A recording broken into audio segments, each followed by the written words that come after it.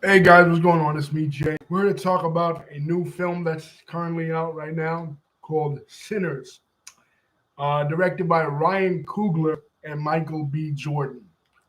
So let's get into it. It's a 2025 movie and it is a period piece.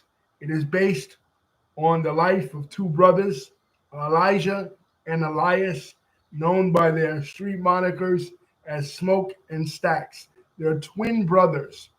And Michael B. Jordan does an amazing thing. He plays both parts. Uh, um, like it's like special effects where he's playing both Elias and Elijah. And these two brothers, both veterans of World War One. So this movie takes place in the 19 in like the late 1920s, early 1930s, because they they were veterans. Uh, They were veterans in World War One, and they also were henchmen for Al Capone's Chicago outfit. They come from Chicago, but they are traveling down back to Mississippi, where they grew up, the Mississippi Delta. To They have a dream of setting up a juke joint, which is basically um, back in the 20s and 30s. There was these special bars that existed called juke joints where blues music was played, and they have a dream of setting up this business. So they go down there and they buy an old sawmill place, and they have an intention to convert it into their club. Problem is, the place is haunted. The place is haunted by vampires. Yes, vampires, the undead, supernatural forces, particularly undead Klansmen that are being hunted by Choctaw Indian um, vampire hunters. The Choctaw Indians play an important role in this because because uh, they were the original natives of Mississippi. As you recall, in the 1830s, the Choctaw Indians were one of the five tribes that were exiled from the land during the time of Andrew Jackson and his vice president Martin Van Buren, the Indian Removal Act. So basically, these Choctaw souls have now existed in limbo, and they've come back to haunt these vampires. And then we have Sammy. Sammy is an aspiring blues musician. Sammy is played by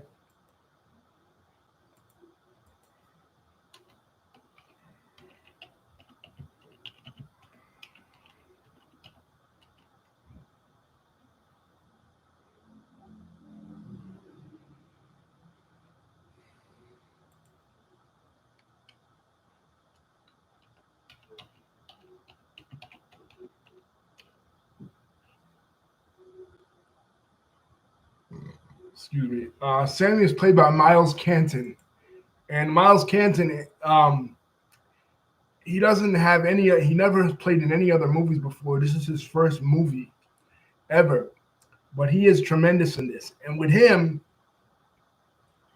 it's like he his father is against him playing blues music because his father is a preacher. His father believes that blues music is of the devil, and if he were to play blues music, that it would invoke evil spirits. And ironically, later on we'll see that's exactly what happens. Later on, it almost cost Sammy his life because by playing this blues music, it is perceived as the devil's music. His dad is really strict. His dad is evangelical, and he believes that playing the blues music, uh, it summons the wicked evil spirits,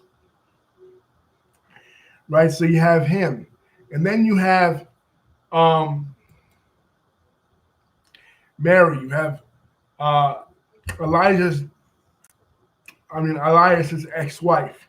Now she's an interesting case because she's played by Haley Stanfield, and she is light skinned, very light skinned, and she passes for white. Because back then, with the mixed people, particularly in cities like New Orleans, if you were really light skinned, you could pass for white. They call it passing, paper bag test, especially in New Orleans, where for centuries there was a lot of race mixing. So,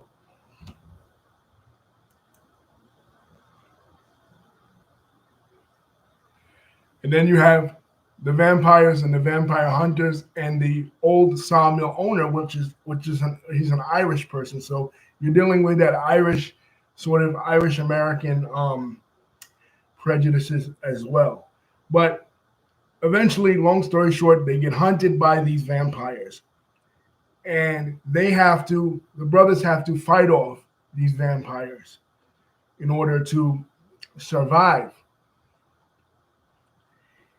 And one vampire offers Elias, the one brother, Smoke, the gift of immortality. Basically, he could escape this life of prejudice, this life uh, of discrimination that he's experiencing at the because it takes place in the era of Jim Crow. So you see in the film a lot of discrimination, a lot of racism, and in order to escape this, he could become a vampire and he could then achieve immortality, right? And so could Sammy, so could them all. They could go to the next highest plane of existence. So basically, one of the messages in this film is that you can actually escape the circumstances of your life, and through supernatural causes. Basically, the idea that the world is such a tough place that if you just became a vampire with supernatural abilities, you can overcome it. But also at the same time, a lot of the evil spirits, especially that these Indians are hunting, are KKK members. So the evil and the racism is symbolized too by the evil spirits. But I found it very interesting that Delroy Lindo's character, which is Sammy's dad, that he represents another aspect of history of religion, the clash between religion and secularism. There are a lot of scenes of religion in this film, not only the Christian religion, but also the rituals of the clan, and also the hoodoo religion. They go into a lot of hoodooisms, very similar to Beloved. Now, what is hoodooism? Hoodooism is basically a folk religion. It evolved in the American South, a combination of African religion with Christian spirituality, basically like voodoo, but of a different origin than voodoo. Voodoo specifically comes from the Dahomey culture, whereas hoodoo comes from other cultures, particularly that of the Congo or that of the Ifa, the Yoruba people of Western Nigeria.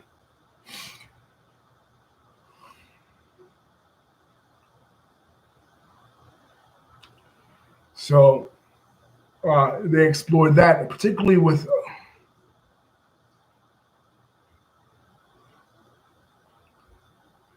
Oh yeah, I'm getting to that, Lisa. They explored that, particularly with Elijah's ex-wife, Annie, because she's a practitioner of it, right? Uh, people's religious beliefs.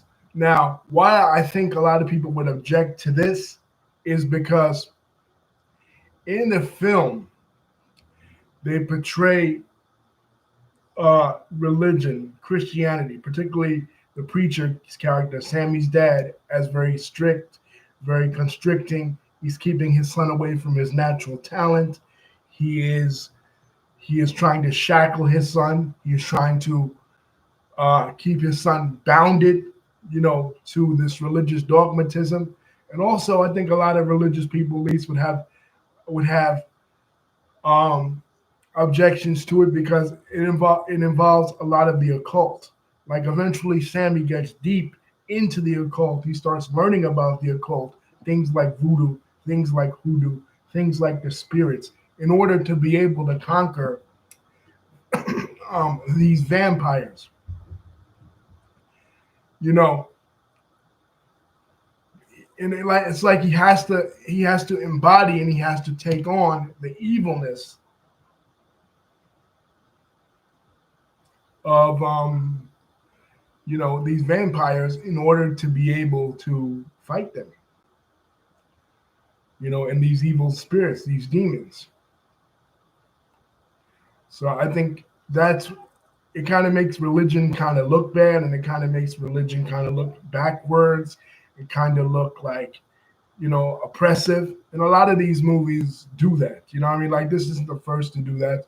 Them also kind of delve into stuff like that. Beloved also, like this reminded me a lot of Beloved because it explored the spirituality of people, not necessarily newly out of slavery, but you know, like really in the deep south, like deeply religious southern spirituality. But then again, it looks at it from a negative aspect of how the father, imposed his religion on the son. But then again, like in a way, the father was right because the son did play that blues music, and that blues music did summon evil spirits. What I mean? Like many people don't know the history of blues music. The father of the blues music, Robert Johnson, actually there's a old tale that Robert Johnson actually pledged himself to the devil in order to have the ability to play guitar as well as he played. You know what I mean? And in the Christian lore, in the Christian religion, music is looked at as with a double-edged sword. Of course, in the Bible, like the book of Psalms, for example, they talk about sing unto the Lord a new song. How King David would play music for God. So music is looked at positively, but at the same time, there's other beliefs that the devil was, a musician himself, and he was the best musician in all of heaven before he was casted out. So that's kind of a metaphor for this. Sammy was like a prodigy. He was very religious. He was very spiritual, but at the same time, he chose to go to blues music. And it's true, like um, particularly with blues music and rock and roll, we've heard forever that it is the devil's music. You know what I mean? Like that's what they've always said. You know what I mean? Like rock and roll musicians have, and when which rock and roll does come from the blues. The blues is the mother of rock and roll. Um, have always been accused of worshiping the devil or being involved with the occult. And then you add to it the racism, and you add to the occultic things that the KKK is involved with, Masonic symbiology that they explore in this film. And then you add another layer on top of it, right? Illuminati, yeah. Lisa's right. You heard it even today with Beyonce and Jay Z, things of that nature. Like people have a hard time believing that that a lot of these musicians, have their talent naturally. So they feel like maybe these musicians use their natural talent to praise the devil, to get involved with occultic symbolism and rituals. We hear this about Jay Z. We hear it about Beyonce. We hear it about basically every popular musician that has ever existed has ever existed that doesn't um, that doesn't sing gospel music. So you kind of see the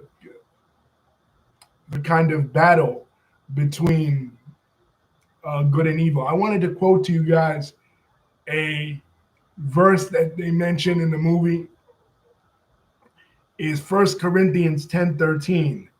No temptation has overtaken you except what is common to mankind, and God is faithful.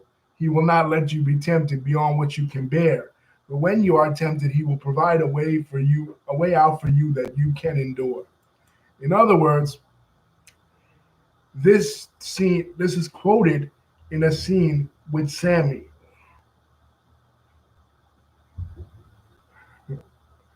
I don't know, David. David says, hey, what's going on, David? I don't know. But this is quoted in a scene with Sammy, where Sammy is seeking solace in his old beliefs, because even though he turned away from his father's beliefs to play this blues music, he still harbors, a little bit of it in it. But towards the end, guys, not to spoil it, but towards the end, one brother is spared, and later on, when he meets up with him, he's spared. He's not turned into a vampire. He he meets his other brother that was turned into a vampire. Meets up with him. He explains to him the reason why it was basically to preserve his purity. So long story short, I like this film. I'm not going to give too much away because maybe people want to see it, like Lisa or whatever. But that's just the basic synopsis of it. I mean, I could go into more deeper detail if you want, but that's what I gleaned from it.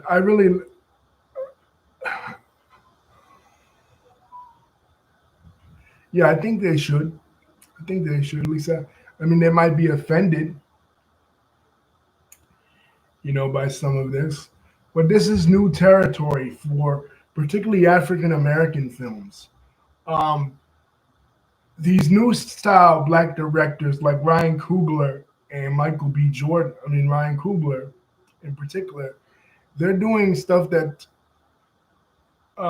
you never really seen from other, like you've seen it in Beloved a little bit, but remember, Beloved was a book first, and then 2 was a flop, you know. It was a flop in theaters. People didn't go see it. It was not a big hit because a lot of the themes were. It was similar to this. Like a lot of the themes were very heavy for the black audience, and this is new for the black audience. Lisa wanted to do a review before on black films, right? African American films, and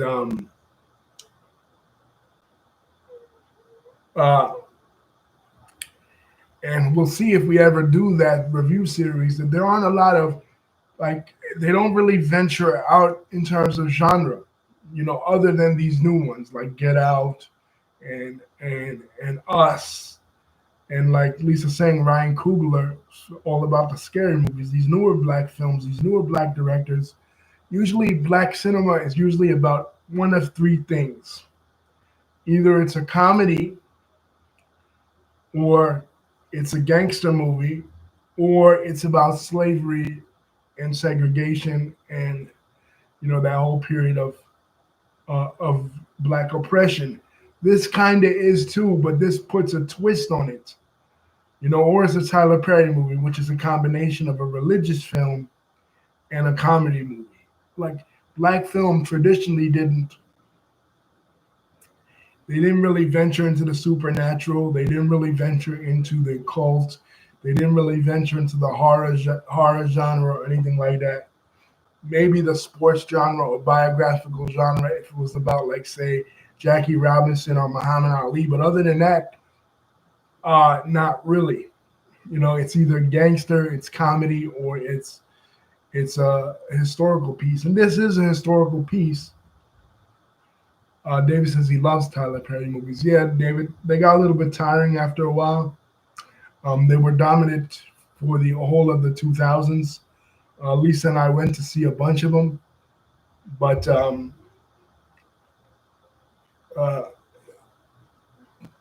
they're kind of like Triple H's booking. They get repetitive after a while because you've seen one, you've seen them all. Uh, but Ryan Coogler has worked to right. This is a historical movie, but with the supernatural, with vampires. Yeah, this is like Abraham Lincoln Vampire Hunter, but with no Abraham Lincoln in it. This is something different. You know, it's set in that time frame, but it's not. It's dealing with those issues with representation of the supernatural, not dealing with them like they're not showing them marching, they're not showing them at civil rights rallies or anything like that.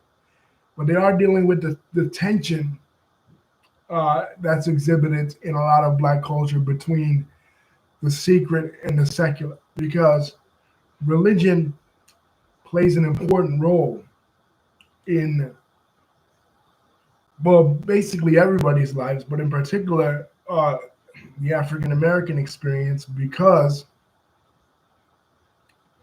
during slavery, for the most part, the only time that a group of African Americans could gather in one place was during church. That's why all of the political leaders of the 18th, well, most of the political leaders of the 18th century and all of the political leaders of the 20th, 18th, 19th, and all of the political leaders of the 20th century were all religious leaders. Martin Luther King was Malcolm X,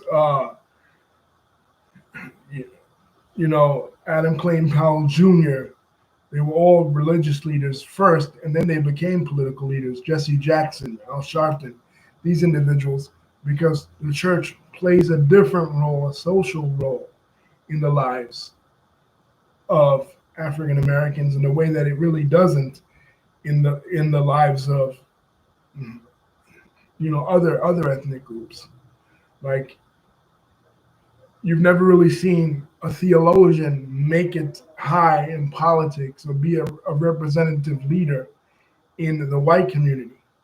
I mean, Mike Huckabee tried, but he didn't get very far. Like generally in white society, they don't believe in mixing the sacred and the secular. So there's not really that tension like there is in the black community. But at the same time, there's that heavy religiosity, but there's also that that tendency towards there's the sacred and there's also the secular. So that's what this film explores. Because on the one hand, there are outsiders on many levels. There are Northerners coming to the South. There are black men in a society of stratification and racism. There, you have this white, this racially ambiguous woman passing for white. And then you have these vampires. I had this idea first. I think Ryan Coogler was probably in my mind to have a type of society inspired by True Blood, which is another vampire classic that take a lot of these vampire movies take place in the antebellum South for some reason. But like where vampires were an outcasted group of people, like that were treated with disdain and disrespect in a similar way, analogous uh, to black people, historically in the U.S. But Ryan Coogler stole my idea. um, how many stars did I give it? I give it 4 stars, Lisa. I feel like it was a really good film. Not 5. Big. Yeah, I did, David. I did. It was pretty good. Uh, I give it 4 out of 5. I don't give it five because there are parts of it that if you're not really plugged into the whole like history of it, particularly the history of the blues or or sort of like the occult stuff, you can go over a lot of people's heads. But I feel like it was a really well done film. I feel like Ryan Coogler and Michael B. Jordan, they worked together on Creed. They worked together, on various different projects already. They're kind of the new Spike Lee and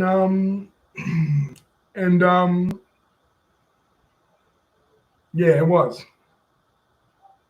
It was pretty scary. They said there were a few scary things in there. It's a real good date movie, and why I say it's a good date movie is because, you know, like you take a girl out on a date to this movie, and she watches, she gets scared, she goes into your arms, and then you cuddle up and everything. You know what I mean?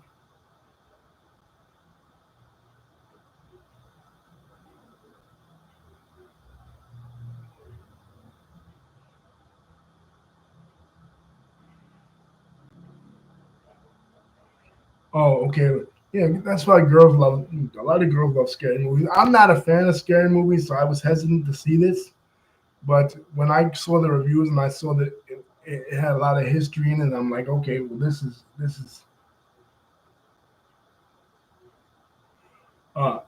different. I don't. Even though it's funny because I'm an '80s baby and I love all things '80s and '90s, like wrestling, like the cartoons in the '80s and stuff, the Disney movies. But one '80s trend that I didn't like, '80s music. One '80s and '90s trend that I hated was slasher movies. I hate slasher movies. I think most slasher movies are dumb. Yeah, it was. It was, David. Most slasher movies, Jason, Freddy, Friday the 13th, Nightmare on Elm Street, those kind of films are really dumb because there's no end to it. They just keep killing the antagonist and he just keeps coming back. My cousin, she loved those kind of films. She was like, when we were kids, she would always try to get me to watch. Oh, did you see this scary movie? Did you see that scary movie? And I'd be like, Vanessa, like, I'm not into that. You know what I mean? I don't like those kind of movies. Why are you getting me to try to watch it just to scare the bejesus out of me? You know what I mean? Like, I never was my thing. You know what I mean? But they were huge in the '80s and '90s, man. You know, they were big, big. We have a video on the channel about them. I liked a little bit of Child's Play because it had some humor in it, and the later Nightmare on Elm Street series had humor in it. Now, when it came to the 2000s, the late 2000s, early 2010s, this kind of combines two trends that existed in the late 90s and early 2010s with regards to film. This combines the black historical dramas, which were big during that time. You had 12 Years a Slave, you had uh, um, Django Unchained, you had Birth of a Nation, you had the Harriet Tubman movie. And then in the beginning of the 2010s, the late 2000s, early 2010s, you had the vampire fiction was everywhere because of the Twilight series. Vampires suddenly became all the rage. Like they were in True Blood, they were in Twilight, of course, and this kind of mashes them together. Vampire fiction with religion and race and music. You know what I mean? So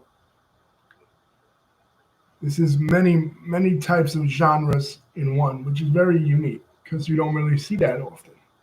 They tried it. That's why I said this is like a better version of Abraham Lincoln Vampire Hunter because They tried making a movie, a historical fiction movie about Abraham Lincoln coming back as a vampire hunter, and that was just weird and that went nowhere. But interestingly enough,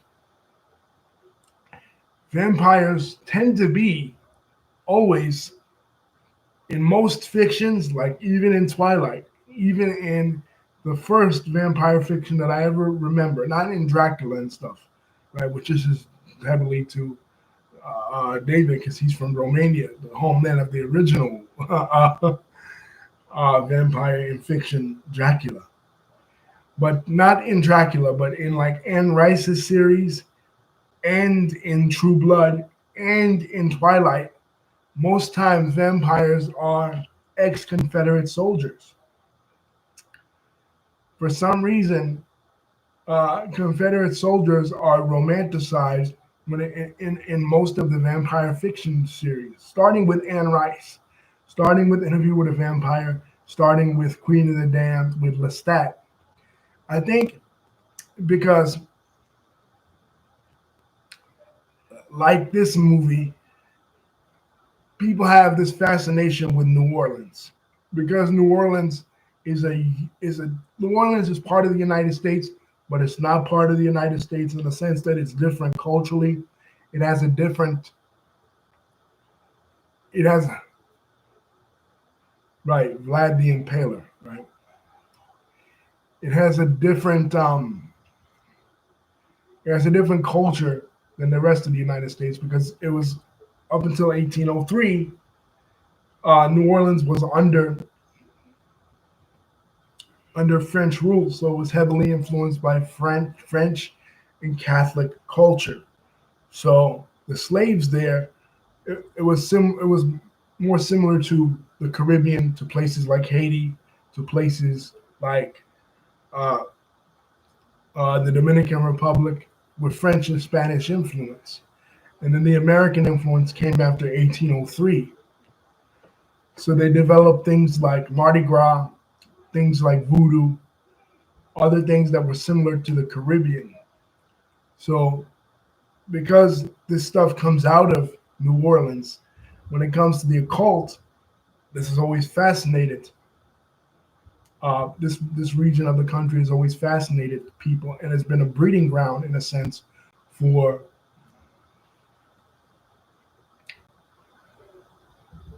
uh, for this type of vampire fiction. That's why we saw it in True Blood. We saw it in Anne Rice's novels. We see it here, and we see it in Twilight.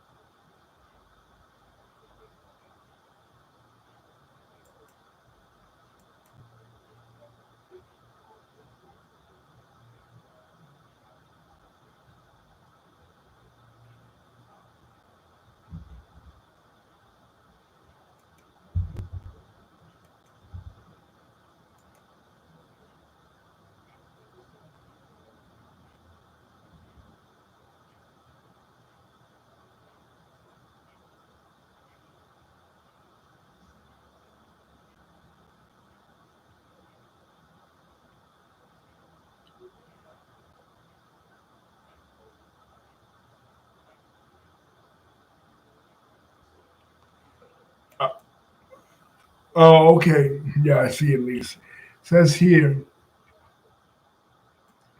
you have, you have Ben Stiller commenting. He says, in what universe does a $6 million opening for an original studio movie warrant this headline? Sinners has amassed 61 million in its global debut. It's a great result for an original R-rated horror movie. Yet the Warner Brothers release has a $9 million price tag before global marketing expenses, so profitability remains a ways away. So I'm not sure what he's trying to say. I think he's trying to say that it's not making the kind of money that they put out for it, but it is a real critical success.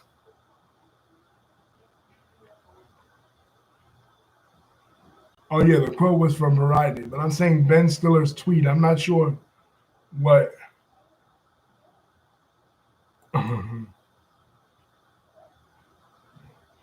Okay, yeah, Lisa did say.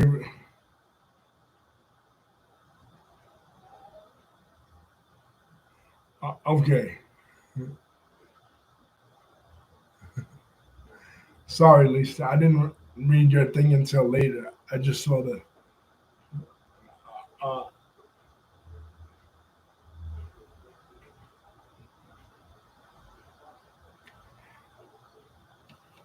let's do it over again. Sinners has amassed 61 million in global debt in its global debut. It's a great result for an original R-rated horror movie. Yet the Warner Brothers release has $9 million price tag before global marketing expenses, so profitability remains a ways away.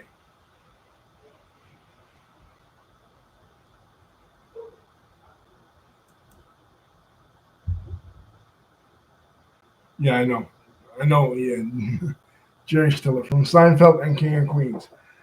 Yeah, I'm not sure what he's trying to say there. I guess he's trying to say that Variety is underestimating the film,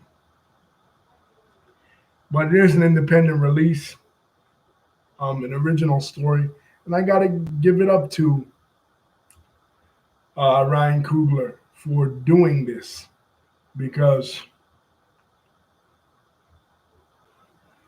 you wouldn't think every in a world where everything is remakes and everything is sequels and prequels and all this BS, he comes up with an original story, something that's never been seen before. And like I said, the special technology that makes Michael B. Jordan split into two people is amazing. Amazing stuff. But anyway, guys,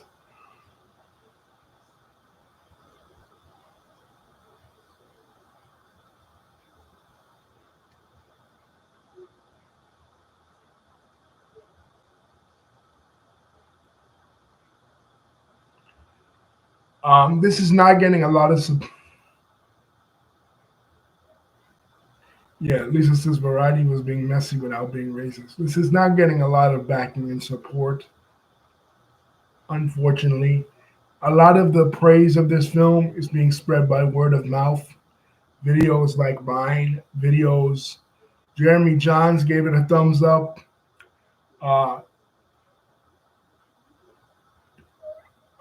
uh, Chris Stuckman also gave it a thumbs up. Some of the other big reviewers here on YouTube. I haven't really watched their videos, but I know that they praised them, praised it. A little bit I did watch. So it's gotten some big reviews from the bigger movie review channels. And here, I'm not a big movie review channel, but I definitely will give it a 4 out of 5 stars. It is a great movie. And like I said, it's being spread, the praise for it and the notoriety of it is being spread word of mouth. It has no it's a horror movie that features no Caucasian leads, and other than Michael B. Jordan and Haley Stanfield and Delroy Lindo, who are amazing in this film, there is no big Caucasian stars, which could piss a lot of people off, especially the racist. So, and it's done by the same people who made Black Panther, so or Creed, you know.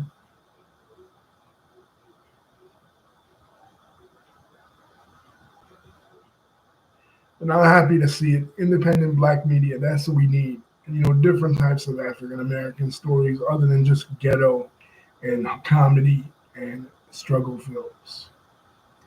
Thank you, Lisa and David, for contributing. Thank you guys for watching. Love you guys. Peace.